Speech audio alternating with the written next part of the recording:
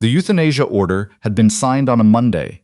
By Wednesday morning, Camille Adair was driving through the Fort Bryston gate with a visitor badge clipped to her scrubs and a plan that no one in the K9 unit had asked for and no one in the medical battalion would have sanctioned if they'd known about it. She'd told the MP at the checkpoint that she was there to assist with a behavioral evaluation. That was accurate enough to be true. What she didn't mention was that she had no formal role in the evaluation, no training in animal behavior, and no credentials beyond a nursing license and a childhood spent learning Czech from a grandmother who believed that a language spoken to you in youth would stay in your body like a second skeleton. Her grandmother, Marta, had come from a small town outside of Brno. She'd emigrated in 1974, married a mechanic from Columbus, and spent the rest of her life growing tomatoes in Ohio and teaching her granddaughter to say things in 2 languages at once. Camille had been 12 when Marta died and 14 when she realized the language was still there. Not in her head the way French from high school was in her head, but lower, in her chest, available without effort in the way a lullaby is available. She thought about this on the drive over. She thought about the afternoon 3 months ago when she'd cut through the K9 training yard, carrying a box of wound care supplies and heard a man's voice giving quiet commands to a dog and recognized the language and stopped. Staff Sergeant First Class Tobias Rudd had been working Phantom through an off-leash recall drill. He was a lean man in his late 30s with a methodical quality to his movements, the kind of handler who communicated with his dog in a register most people would miss entirely if they weren't paying attention. He'd used Czech throughout: Sedni, Czeke, Kemnie, sit, wait, come to me. Camille had watched for maybe 2 minutes before she walked on. She hadn't spoken to Rudd.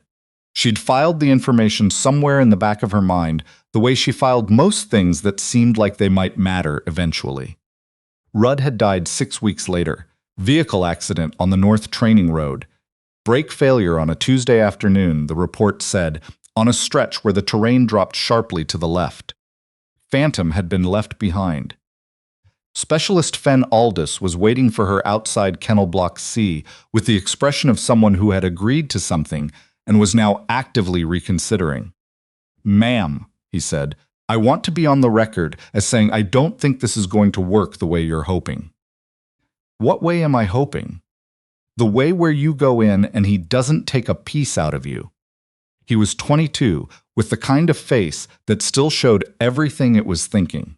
He'd been stopping by the medical bay every week or so for a recurring knee issue and a recurring need to talk, and in those sessions, Camille had learned that he'd been Rudd's junior handler, that he'd trained alongside Phantom for 8 months, and that losing both in the same week had done something to him he didn't have words for yet.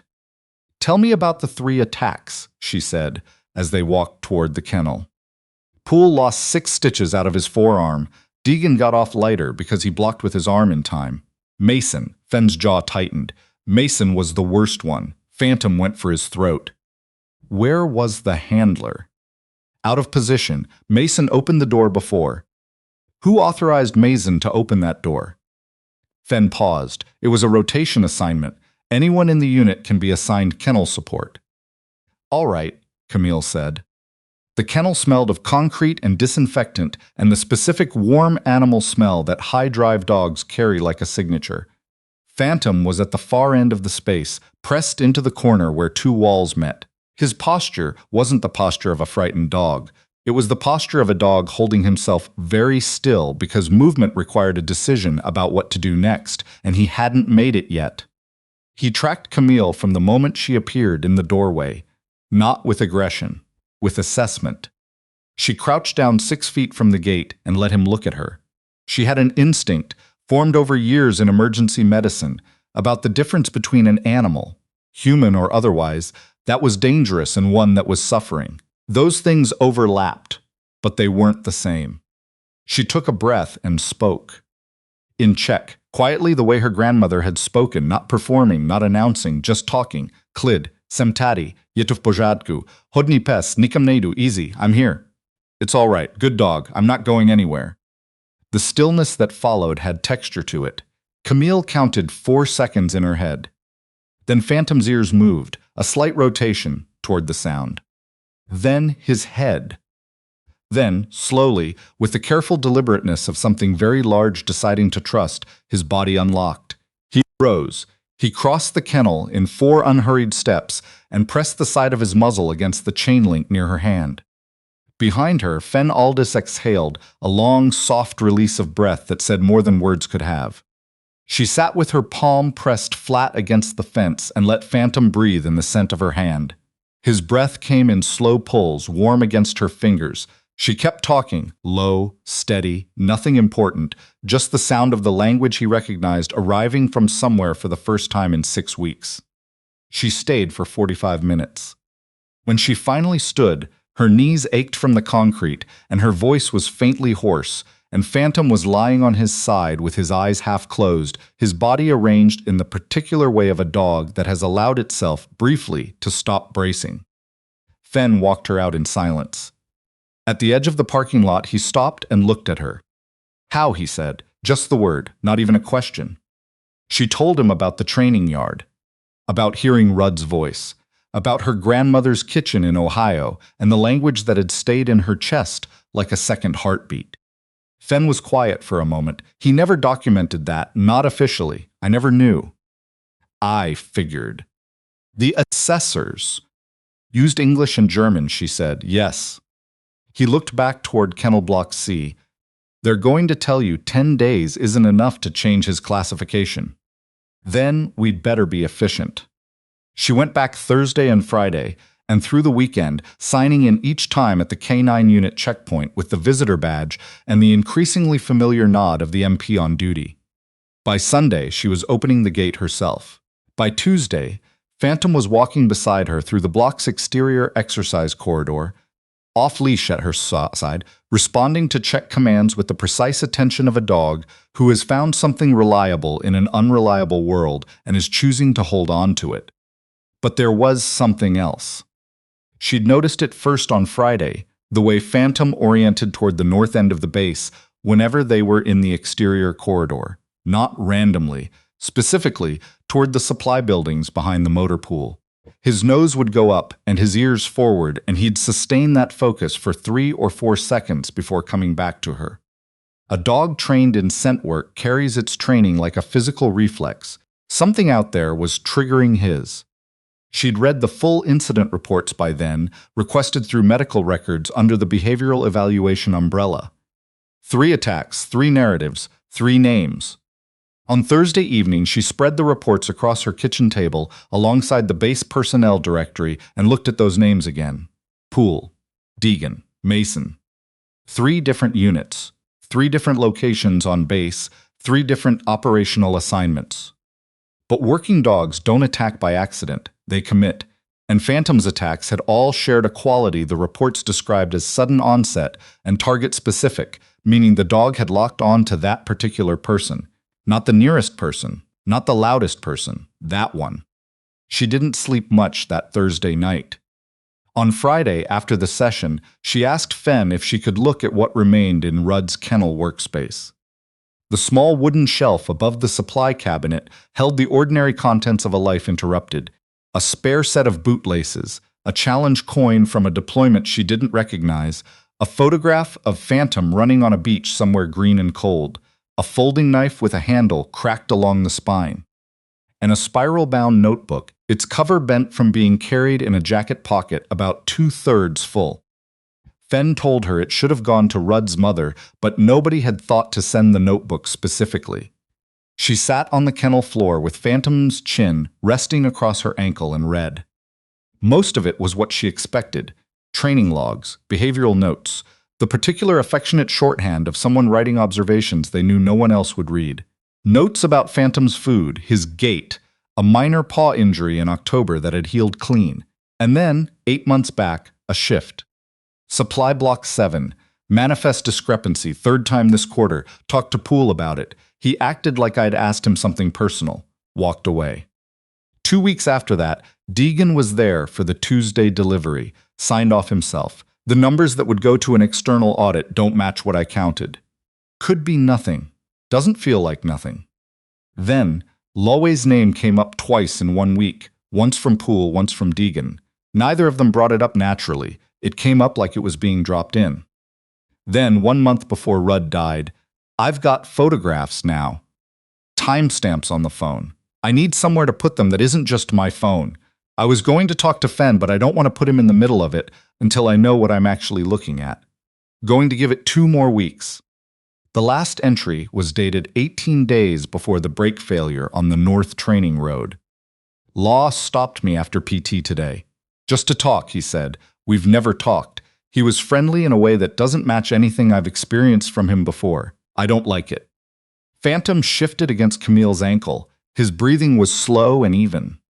She sat with the notebook across her knees for a long time. Then she photographed every page and put the notebook exactly where she'd found it. Loy, Major Preston Loy, Deputy Commander of the 4th Support Battalion. And Phantom, who had been with Rudd the night they'd stood at that supply block door and counted what came off a truck, had attacked 3 of the men Rudd had written about in those pages when they came within reach of him afterward. The dog wasn't broken. The dog had seen something and remembered and done the only thing his training had given him a vocabulary for. The CID office was in a low annex building attached to the back of the commissary. Camille arrived on a Tuesday afternoon with printed photographs of the notebook pages, the 3 incident reports, and a 2-page memo laying out the behavioral observation pattern, the selective targeting, the directional orientation toward the supply buildings, the timeline linking Rudd's documentation to the attack subjects. The special agent who took her case was named Hartigan. She was in her 40s with the contained efficiency of someone who had spent years distilling signal from noise. She listened to Camille without interrupting and read the documents in the order they were presented. "You're a nurse practitioner," Hartigan said when Camille finished.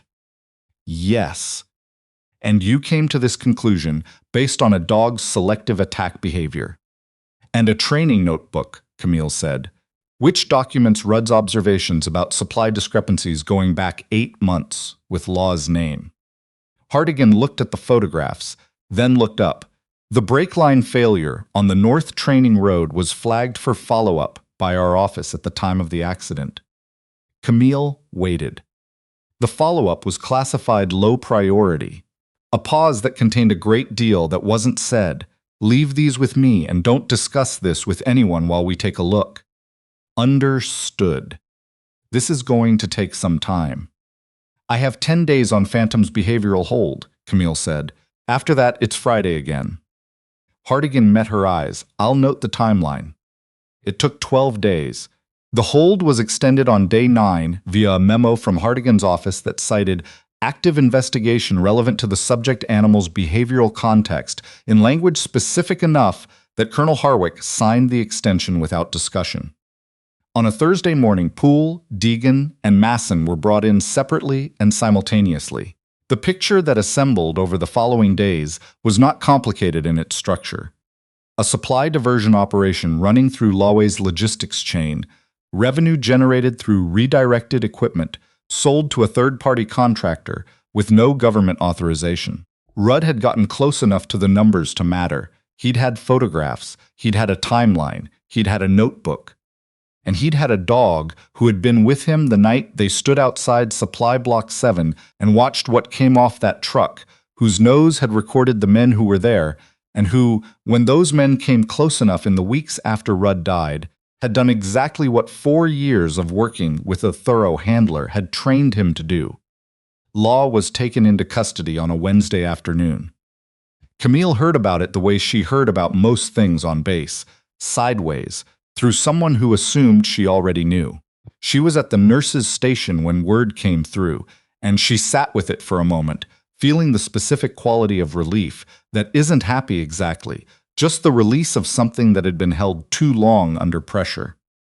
She went to the kennel that evening, out of schedule, just to sit with Phantom for a while. He pressed his head against her knee and breathed. Outside the block's narrow window, the sky was going orange over the motor pool. She talked to him in Czech. She told him that someone had listened, that the right people knew what he knew, that it was over now, or at least this part of it was. The protocol took 1 evening to write, 3 pages, clear and specific. Any military working dog losing its handler to sudden or unexpected death must have its training command language documented within 48 hours of the event, sourced from unit records, training history, or handler-adjacent personnel before any behavioral assessment could be initiated, and no formal recommendation based on that assessment could be filed until documentation was complete. You were not assessing a dog if you didn't know how to speak to the dog. You were assessing your own failure to ask. Harwick signed it on his last day in office. It moved up through battalion command and sideways to the Army Veterinary Corps, where a senior officer annotated it, added 2 clauses, and sent it back as a recommended supplement to K-9 behavioral assessment guidelines. 3 pages, one evening. Camille framed a copy and hung it in the medical bay, low on the wall beside the supply cabinet, where it would be seen by anyone who happened to be sitting at the intake station. Nobody asked her why she'd put it there. She wouldn't have known how to explain it anyway. How sometimes the thing that saves a life isn't a dramatic intervention or a piece of sophisticated training, but one person, at 2 in the morning, staring at the ceiling and refusing to let a fact be filed away and forgotten. Fen Aldous formally adopted Phantom on a Saturday in early April, on a day that was still cool enough to feel like winter, but had the slant of light that promises something. The paperwork had gone through channels that Camille had learned to navigate over the past 3 months. Fen's formal handler training application had been approved 2 weeks prior, his assignment to the K-9 unit made permanent. He'd blushed when she told him about the commendation attached to his file. He was still 22, and blushing was still something that happened to him without permission. They took Phantom to the East Field, the one away from the motor pool and the supply buildings, where the grass grew long and pale between the fence sections and the sky was the particular clear blue of early April, wide and cool, and carrying just a little of the cold it hadn't finished with yet. Camille stood back. Fen unclipped the leash. Phantom ran, not toward anything specific, not away, just forward, low and fast, the way working dogs run when they are running because the body demands it and the world has finally given them room. He covered the field in a long arc, looped back without being called, came to a stop in front of Fen, and sat with his full attention offered upward. Fen looked over at Camille. She gave him the check word. He repeated it carefully, the pronunciation not quite right, but close enough that it landed. Hodney. Good. Phantom's tail moved, not the anxious wag of a dog seeking reassurance, the slow, deliberate sweep of one who has arrived somewhere it intended to be and knows it. Camille watched them for a while. The dog. The young specialist who'd started as someone to talk to about a knee injury and had become, without either of them planning it, part of something that mattered more than either of them had understood at the time. She thought about Tobias Rudd and the cracked handle knife and the beach photograph and the notebook full of neat, careful writing that had survived him when almost nothing else did. She thought about 12 days and 3 pages and 1 word spoken in the right language at the right moment, in a concrete kennel on a Wednesday morning, to a dog that everyone else had already decided was beyond reaching. She thought about her grandmother at the farmhouse table, flour on her hands, a word forming in her mouth, teaching Camille that some things, if you carry them somewhere deep enough, will stay, will wait, will be exactly where you need them when the time comes. She picked up her bag and turned toward the parking lot. The grass was cold and wet through the hem of her scrubs. Behind her, she heard Fen say the check word for come, and she heard Phantom's paws moving through the dry field, and then the quiet that settles over a place once something that needed to be resolved finally has been, that particular hush, soft and complete, like the moment after a held breath releases. She didn't look back. She didn't need to. She already knew what it looked like, a dog running to someone who had learned how to call him home.